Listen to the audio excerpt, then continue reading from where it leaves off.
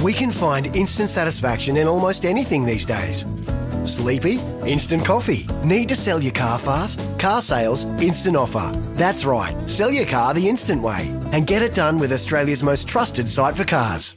So the finalists as we head into it, the most informed team that are stacked full of confidence, Port Adelaide and Geelong and Sydney in good form. Melbourne's last fortnight has been really, really strong, but once again, it's about the opposition that you play. But I just think the opportunity, and who knows if they're good enough. I mean, certainly questions and no one really giving Port Adelaide any respect because of their performances, as we know, against the better teams this year.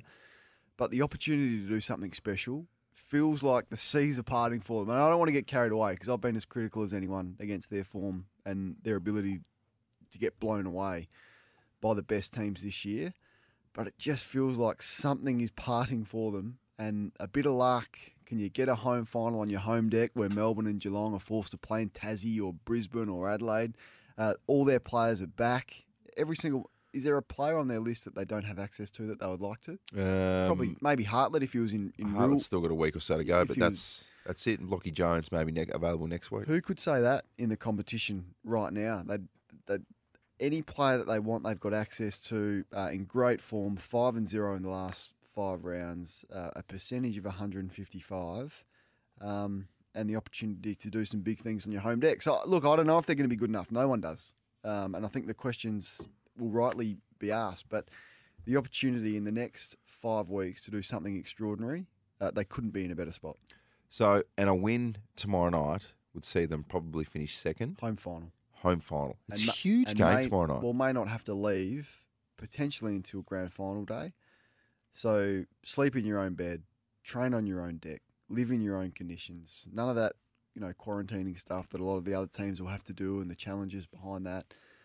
It's just a massive Friday night game. In this season, and I mean, it was different last season because everybody was camped in the same spot, but this season in particular, it's the biggest difference between second and fourth ever. Yeah, is it the biggest home and away game in Port Adelaide's history?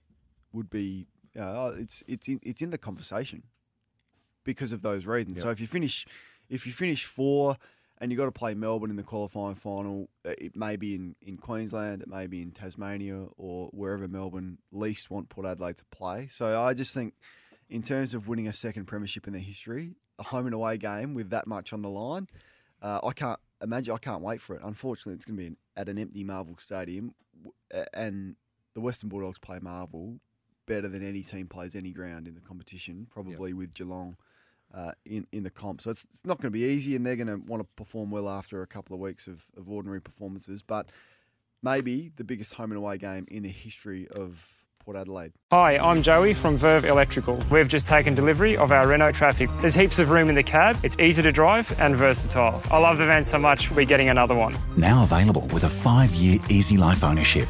Renault Traffic. It's my business, it's my van.